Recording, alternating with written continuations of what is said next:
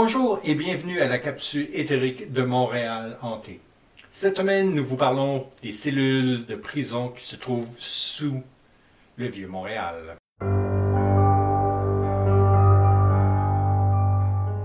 Montréal hanté vous offre chaque samedi, en anglais et en français, des capsules sur les phénomènes fantomatiques et paranormaux de Montréal et de la région. Avant de nous lancer, je vous rappelle de vous abonner, d'aimer les vidéos si vous les aimez, et d'activer les notifications pour n'en manquer aucune.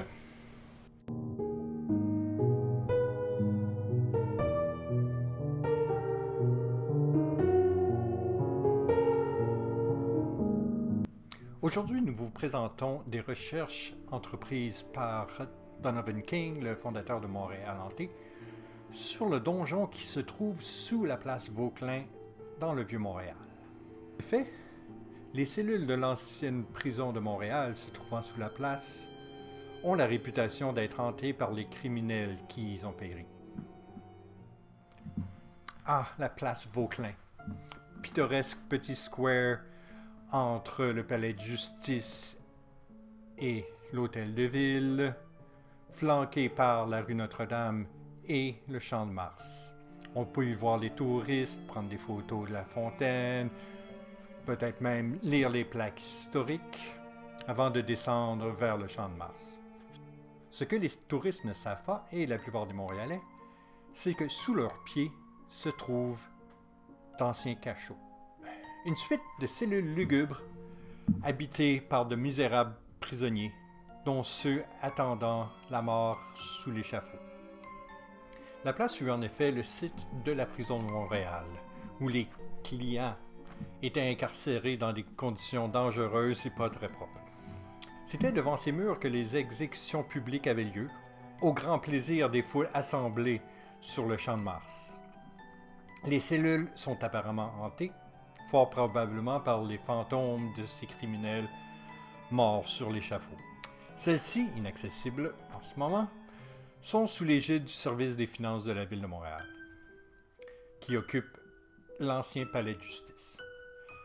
La rumeur veut que des sensations horribles ressenties dans l'ancien donjon, manque d'air, claustrophobie, un sentiment de terreur même, tout ça fait que les employés préfèrent éviter d'y aller. Des zones anormalement froides ont été notées, ainsi que des sons étouffés, comme des bruits de chaînes ou des voix incorporelles murmurant de façon incompréhensible. C'est pour ça que les membres du service d'entretien préfèrent se tenir très loin. Et, comme je le disais, l'accès est très limité. L'endroit a connu plusieurs vocations au fil des ans. Les Jésuites y avaient établi leur résidence à partir de 1692. Et après la conquête, l'immeuble a été emménagé en prison vers 1768.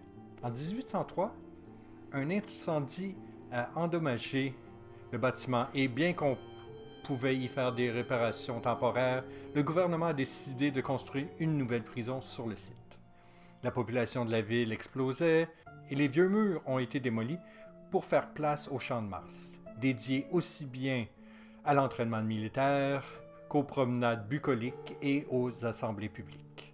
Juste au sud, en 1808, commence la construction de la nouvelle prison, dessinée par Joseph Courcelles dit Chevalier. Elle ouvre ses portes 3 ans plus tard. Parmi les pensionnaires, on retrouve des itinérants, des prostituées, des détenus en attente de procès, des condamnés purgeant leur peine ou attendant l'échafaud. Les exécutions sont très populaires à l'époque, et le Champ de Mars étant la place de choix pour y assister de par sa géométrie. 44 pendaisons ont eu lieu durant les 25 ans d'existence de la prison.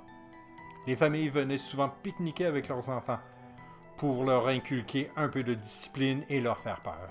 L'honneur de la première exécution revient à un dénommé McDougall en avril 1812. Condamné pour avoir volé un magasin. Son corps fut ensuite livré à la science pour des cours d'anatomie.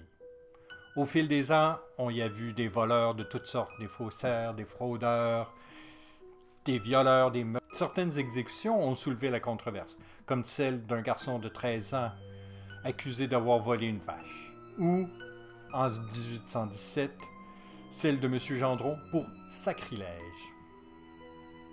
L'exécution finale a eu lieu vers 10 heures le matin du 30 août 1833. Adolphus Dewey, condamné pour avoir assassiné sa jeune épouse, Euphrésine Martineau, sur le coup de la jalousie, à l'aide d'un rasoir, n'ayant pas assez de place dans la pièce pour manier sa hache. Malgré sa fuite aux États-Unis, le marchand détailleur fut appréhendé quelques semaines plus tard et croupi pendant 4 mois avant son rapide procès. Il passe ses derniers jours enchaîné à prier et lire la Bible. Une évangéliste américaine, Nancy Toll, lui rend visite pour assurer son salut.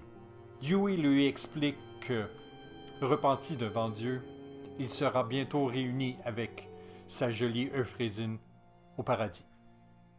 Toll a publié ses dires dans Some of the Writings and Last Sentences of Adolphus Dewey. Il a demandé d'être vêtu d'habits noirs propres et a confié ses dernières paroles au connétable. Sur l'échafaud, il prononce une oraison où il s'excuse auprès de la populace et accepte la responsabilité de ses crimes. Et, ayant trouvé Dieu, demande qu'on prie pour son âme. Cette exécution, avec plus de 10 000 spectateurs, un record, se termine affreusement. Son cou n'est pas rompu lors de la chute et il passe 4 minutes à se débattre avant d'expier. Malgré la popularité des exécutions, la prison n'a pas vraiment une bonne réputation. Elle est vue comme un lieu de corruption. Par exemple, en 1817, de riches commerçants de fourrure faisant partie du Nor'Wester, c'est Nabab du Nord, sont arrêtés et placés dans des cellules. Leurs associés utilisent alors leurs relations politiques et leur fortune pour assurer qu'ils soient traités comme des rois jusqu'à leur libération. Des pots de vin auraient également servi à faciliter les évasions, et au moins un gardien et ses fils abusèrent des prostituées pour leur propre plaisir. Les conditions carcérales étaient particulièrement difficiles, à part pour les riches, bien sûr. La prison était surpeuplée, empestait, était remplie de vermine. L'été, la chaleur était suffocante. L'hiver, il n'y a presque pas de chauffage et le vent et la neige s'engouffrent dans les cellules. Les prisonniers dorment par terre ou sur un peu de paille, sans trop de couverture. Ceux en ligne pour l'échafaud sont enchaînés jour et nuit. Pour toute nourriture, ils avaient du pain et de l'eau, ou un festin, un bouillon de viande non identifié le dimanche. Le traitement des prisonniers était inhumain. Les détenus désobéissants étaient placés pour de longues périodes dans la cellule noire.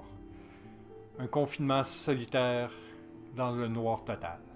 D'autres étaient marqués au fer rouge et devaient crier « Long live the King » 3 fois avant que le fer soit retiré. S'il s'agissait d'un soldat, le fer portait au lieu de la couronne habituelle des lettres. BC, Bad Conduct, pour la mauvaise conduite, ou D pour la désertion. Une autre forme de punition avait lieu en public de l'autre côté de la rue Notre-Dame, au pied de la colonne Nelson. Les citoyens de Montréal venaient y assister à l'humiliation des criminels condamnés pour de moindres offenses. Le bourreau y fouettait les criminels et prisonniers rebelles à l'aide d'un chat à 9 queues, un type de fouet à 9 lanières. La tradition ordonnait que 39 coups soient donnés pour chaque victime. Certains prisonniers étaient mis au pilori, où les citoyens pouvaient leur lancer des vidanges, y compris la bouse de vache qu'on pouvait trouver très facilement sur la place Jacques-Cartier, alors un marché très populaire. Cette rétribution publique était perçue comme une façon de punir et d'abaisser les criminels, afin de décourager de tels comportements. En 1835, la prison était en piteux état. Les murs s'effritaient, la population débordait.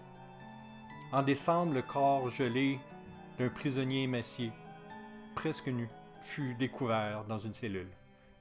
John Collins, un itinérant mal nourri, était mort de froid.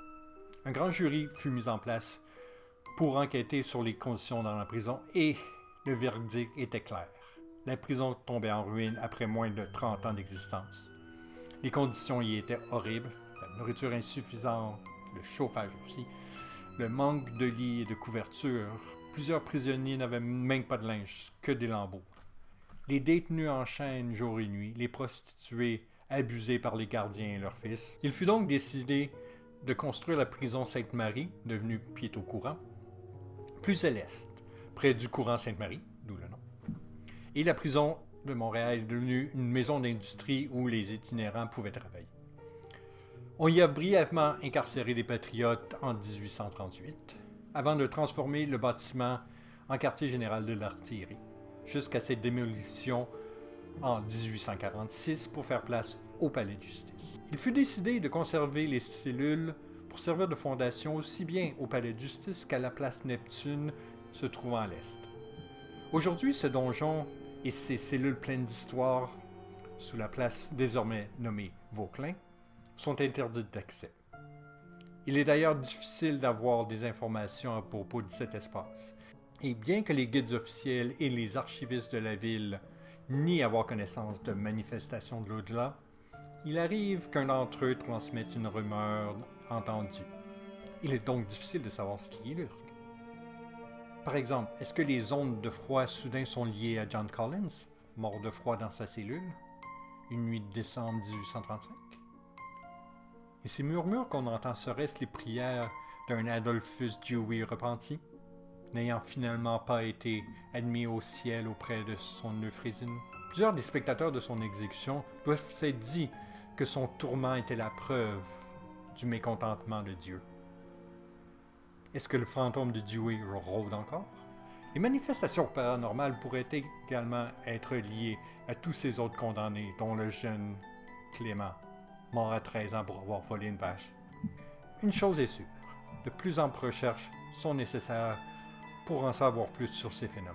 Lors de la publication du blog sur ce sujet, Montréal Hanté tentait en vain d'accéder aux cellules. Entre 2015 et 2017, des fouilles archéologiques ont eu lieu dans le cadre des réparations aux fondations du parc. Mais peu d'informations en sont sorties. On ne serait pas surpris si autre chose avait été trouvé que ce à quoi ils s'attendaient. Nous allons garder l'œil ouvert pour plus d'informations. Voilà notre petit tour d'horizon des cellules cachées sous le Vieux-Montréal. Si vous avez fait d'étranges rencontres dans les environs, ne vous gênez pas pour nous laisser un commentaire, en particulier si vous savez de quoi il s'agit. Merci d'avoir été des nôtres cette semaine encore, et d'ici samedi prochain. Merci d'avoir été des nôtres cette semaine.